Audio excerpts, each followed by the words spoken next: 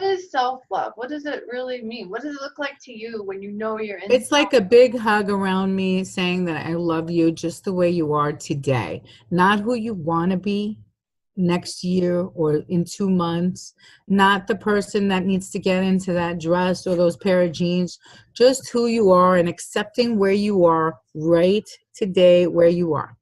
If you don't become aware of where you are today, you won't be able to sustain whatever you really want to be. And that's, I believe that.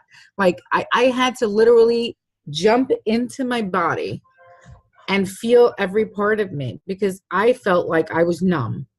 I didn't know what was going on in my brain, but whatever it was, there was no connection between my body, especially my belly. There was no connection. I would even like avoid mirrors. And I remember always trying to tell my clients, go look in the mirror, find the best thing that you could see. What is the most what do you love the most about seeing in the mirror? What do you see in the mirror that you love the most about yourself? And, it was really hard for them to do that because they were like, I don't even see myself. And I said, yeah, that's me too. And I understand that. And, I would literally talk to my clients and I would actually do the same things that I was telling them to do. And I'd sit in the mirror and I'd be like, what do you love about yourself? And then, I had to literally, how Louise says, Louise Hayes, she looks in the mirror and she's like, hey, how are you doing? I love you. I love you. You look beautiful today.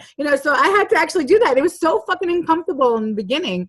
But now I'm like, I really do love myself, whatever it is that I have on me. Yeah. So what are the counter effects? Like if you don't have that self-love, what are the outcomes of that? Well, you start to hate yourself. You forget that you even exist. And you just don't do anything to bring you forward in your health. I mean, first of all, the negative thoughts that are just constantly coming in, that alone will do so much bad damage. I mean, right. So much damage to yourself. They've proven that with plants, even the energy, your active negative energy. No, it's true. Yeah, the negative energy. And that's a big deal for me too, because I changed that this last year was huge. I didn't realize how bad I was, and I didn't have to say it. I was just thinking it. Yeah. And I would say, oh my God, you're so fat. Oh my God, when are you going to ever lose this? You're never going to do this. And it was always like bad words coming at me, like all negative. And I was like, especially after Sedona, when I went to Sedona, I didn't realize how severe, when I started working on my liver and just giving it love, just to the liver. I started to let go of anger and grief. And I literally just kept sending my liver love just by thoughts alone. Right. And I noticed that started to help me. And so I said, what if you did that with your belly? And I started doing that with my belly. And, after Sedona, I was told that, I want you to hug your belly. I want you to caress it. And I'm like, oh God, how fucking uncomfortable is that, man? I don't want to caress it. Yeah. And, it started to become an issue because even when my husband wanted to touch it, he loves touching it. And I'm like, don't touch that. And I don't feel comfortable with it. But, I've been trying to get better with that. And, again, I'm a work in progress. I'm not perfect. Hello. It's Joe. Oh, Beckett says fuck perfect. There you go. Yeah, right? I didn't even see that. Yeah. So it's so funny, but it's true. And, I remember when I started working on the liver and I was letting go of a lot of feelings, it was hard to digest those things. Literally, I felt like I was eating something that I could not digest, and it was having a hard time just going through. And I have the same thing with my belly, and I feel like, it's hard to digest those things. So if I'm having a hard time digesting those things, imagine if I'm constantly feeding myself bad, negative words about myself and trying to digest those, my digestion is going to always be off, and it's not going to be a good thing. And in fact, there's studies, I don't have them in front of me right now, but there's studies that say that if you're a negative person, you will have issues with your digestion.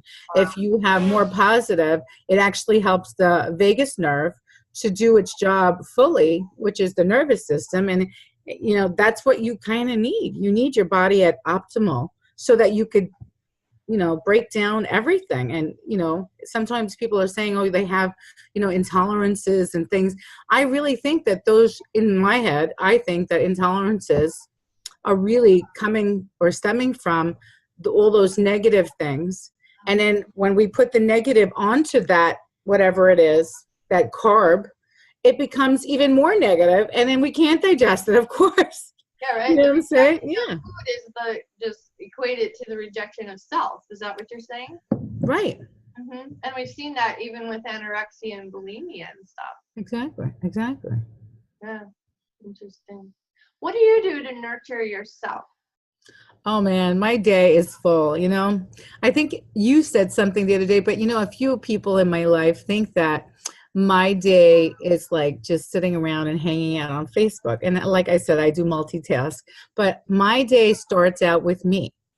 I take my morning time is for me. It has to be like at least a half an hour just for me, just to relax in a quiet home, whatever that is. I haven't gotten into full meditation yet, but I am trying to at least quiet my mind in the morning and just focus on what needs to be done for today so that I can move on for the rest of the day or the weekend, whatever it is for the plans that I have.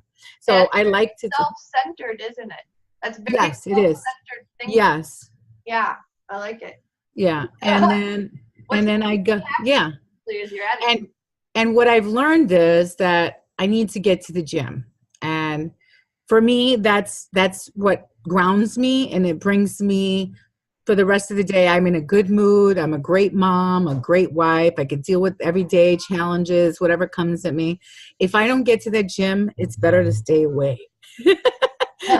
Yeah. So I need and I've learned now that I need it. So my body needs it. So even if I'm in a little pain, I get my ass there. I put my sneakers on. That's like the first thing I do. I get dressed up, and actually people probably think I'm at the gym every single day because that's my first thing. I put my clothes on for the gym. So even if I don't make it to the gym, I'm already dressed for the gym. So my husband's always telling me, why don't you get dressed up? Because I'm always at the gym. So, so I'm trying the weekends, I'm trying to not be at the gym. And then I take care of whatever has to be taken. It's more of like home time. So but the weekend is set for them and for my family time. But the weekdays, every single morning, I get dressed for the gym. I come back and I start doing what's on the list that needs to be done. And I kind of prioritize it now. Before I just come home and I would just be like, la-di-da, we don't have anything to do. And da-da-da. And I would just take my time. I really think ignoring what everybody else thinks is a big deal. That's part of self-love. Yeah, really, I do.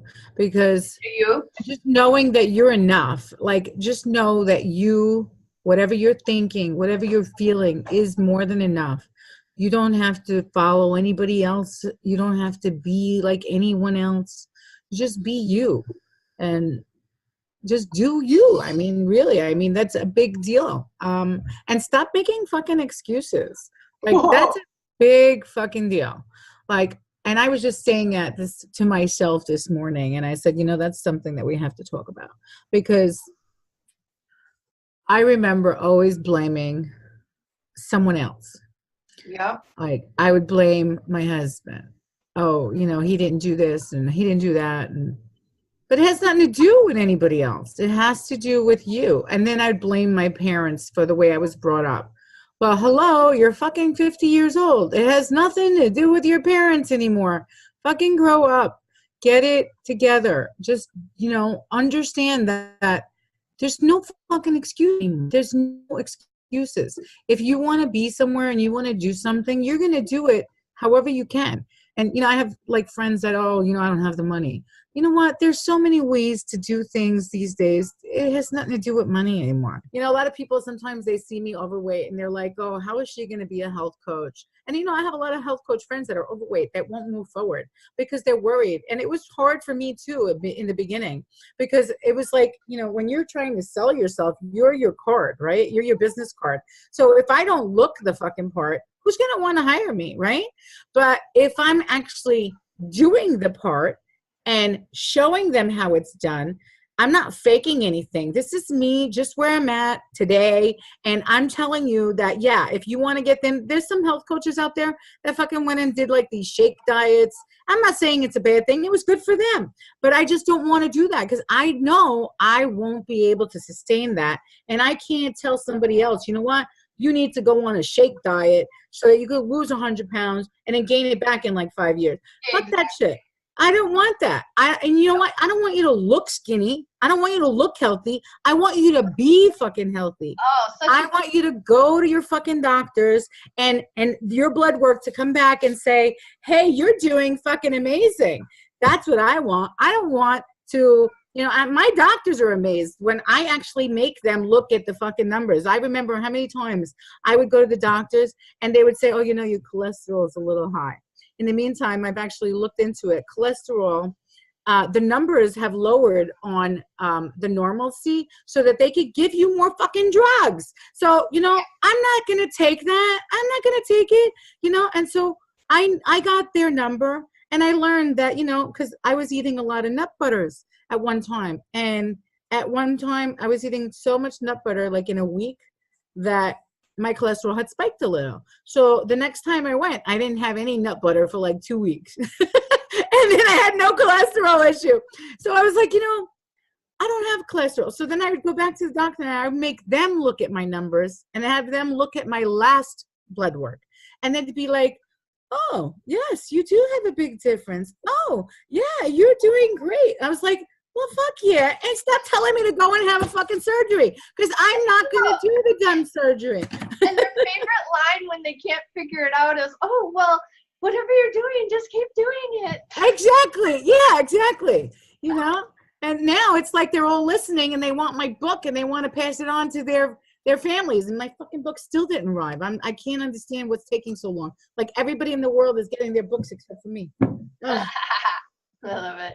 Okay, so tell me more about Own Your Own Shit.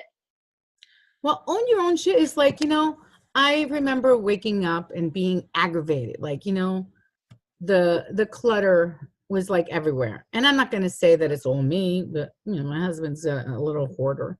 But, and so, when things don't go back where they need to go, I get very like frustrated. And I know a lot of women, especially moms and wives or whatever, that they, are tired of cleaning up after everybody. Yeah, and it's just like, yeah, it's like ridiculous.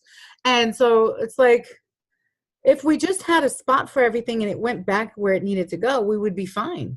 Yeah. But then what happens is, now with this Facebook and social media age, everybody's on their fucking phones, wasting like, 5 hours a day on a phone and then like 2 or 3 hours on a TV. And right. In the meantime, all these other things could be getting done and they're not, and I started to notice that was me.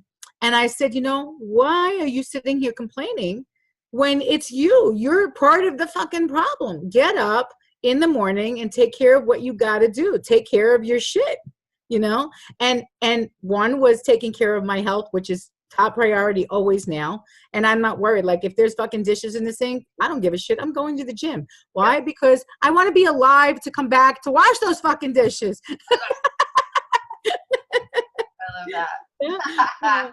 Yeah. And I learned along the way, not only that is balance is big deal too, because I remember, when you have an eating disorder or any kind of disorder, it might be an OCD, who knows what the fuck I have. I haven't been diagnosed yet with all those things, but I haven't really looked into it. But I know I love chaos, and I have a feeling it's the way I grew up, and that's just a normal thing for me, like chaos. Let's just have chaos everywhere. You're a manifesting generator, and you create from chaos. So. Oh, tell me about it, man. There's like so much fucking chaos going on. You don't want me to. If I gave you the list of what I have to do today, you'd be like, what?